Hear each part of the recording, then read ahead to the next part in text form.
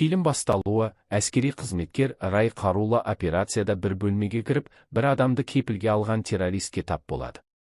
Ол қаруын түсіруді талап етеді, бірақ террорист бұған көнбей, тікұшақ сұрайды. Рай оған қоңырау шалу үшін телефонды нұсқаған сәтте террорист қайтадан қаруын көтеріп, оқ атады. Келесі көріністе әуе базасында сарбаздар тобы жиналған. Рай тұтқындарды аман алып қалғанына қуанып, ешқандай миссия мүмкін емес деп мәлімдейді. Кейін әйеліне жүгіріп барып, құшағын алады. Рай мен әйелі Джина Италиядағы Амальфи жағалауында демалып жүргенде. Той — қазақтың қуанышы. Ал сол қуаныштың жүрегінде шынайы сөз, салмақты ой және ұмытылмас сәт болуы шарт. Мен Еркебұлан, әр тойды шынайы, ерекше және есте қаларлық ету үшін келемін. Бұл жай ғана отырып жүргізу емес, бұл кәсіби сценарий, импровизация және эмоцияның үйлесімі. Әр отбасы үшін шынайы шоу. Әр қонақ үшін көңілден кетпес сәт. Ерекше күнге ерекше жүргізуші. Еркебұлан 60. Наксос есімді адам бастаған жалдамалы топ оларды тұтқынға алады. Олар ақш армиясы кепілге алынғандар туралы және олардың орналасқан жерін қалай білгенін сұрайды. Рай тіс жарып ештеңе айтпайды. Наксос оны қорқытып, әйелі Джинаға зиян келтіреміз деп қоқан-лоқы көрсетеді. Рай жұбайына бәрі жақсы болады деп жұбатады, бірақ Наксос мұның жалған екенін ескертіп көз алдында Джинаны өлтіреді. Бұл сәт Райдың кек алуына серт берумен аяқталады. Көп ұзамай Райдың өзінде өлтіреді. Келесі сәтте ол Visa Inspired Technologies зертханасында оянады. Бұл ақш-тың мүгедек болған әскери қызметкерлерін кибернетикалық жолмен жетілдіруге маманданған компания. Рай түрлі түтіктерге қосылған күйде жатып, өзін босатып шығуға тырысады. Қасында Кейти есімді қыз пайда болып, оған бәрі жақсаратынын айтады. Осы кезде бас дәрігер әрі бас ғалым Картинг келіп, Райды алғаш табысты нәтижеге қол жеткізген адам ретінде таныстырады. Black Sur атты эксперименттік бағдарлама нанотехнологияға негізделген. Ол Райдың қан айналымын толығымен алмастырып, өлімнен қайта тірілткен. ақш әскері оның денесін осы зертханаға берген. Енді Райдың жаралары бірнеше секунд ішінде жазылады, ал өлімге әкелетін жарақаттан да тез айығалады.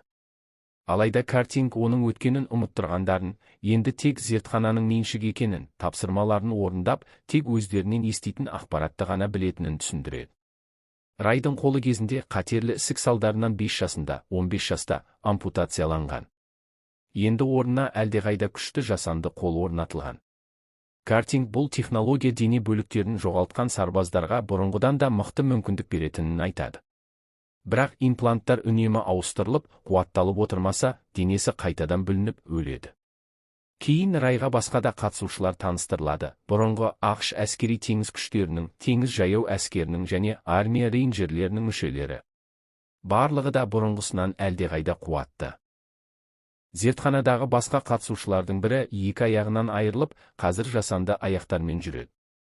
Тағы біреуі көзінен айырылған, бірақ оған миына қосылған жасанды камералар орнатылып, бәрін көре алатындай етіп жасалған. Келесі көріністе Рай оянып, өзін ерекше қуатты сезінеді. Ол бір бағанды бірнеше рет ұрып, оны шаң қылып қиратады, ал қолына ешқандай зақым келмей. Кейін Кейтимен бірге сыртқа шығады.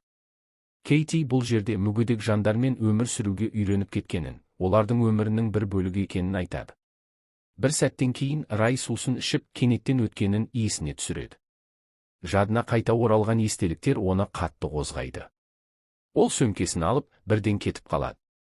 Картинг бақылау камералары арқылы мұны көріп, дереу байланысқа шығады. Рай қалай сөйлесіп жатқанын сұрағанда, Картинг олардың оның миына сымдар қосқанын, сондықтан кез келген сәтте сөйлесе алатынын түсіндіреді. Сондай-ақ оған мекемеге қайтуын бұйырады, өйткені ол енді ұйымның мүшесі және кетуге құқы жоқ. Рай өзін танитынын, оның әйелі өлтірілгенін еске салады. Рай нанотехнологиясының көмегімен жүйелерді бұзып, әйелі Джинаны өлтірген Мартинді іздеп табады. Көп ұзамай жолда бірнеше көлікпен келе жатқан Мартин бейнеленеді. Тоннельге кіргенде шамдар сөніп, көліктер жүк көлігіне соғылады. Рай пайда болып, Мартиннің көлігін атқылайды. Қарсыластар да оқ жаудырады, бірақ оқтар оған зиян келтірмейді. Оның қаны денесіне қайта оралып, жаралары бірден жазылады.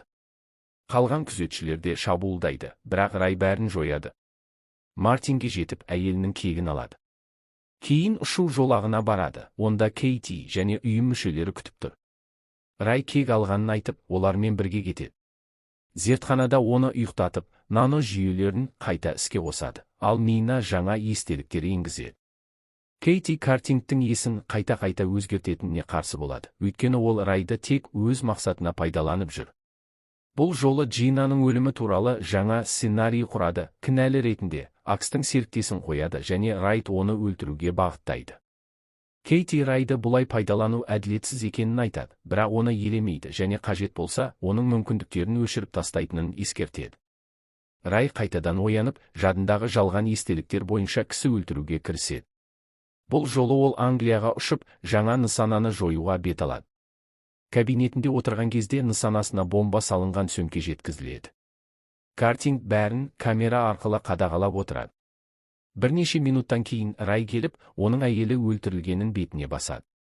Алайда қарсыласы бұны жоққа шығарып, ұйымның өтірік айтып жүргенін түсіндіруге тырысады.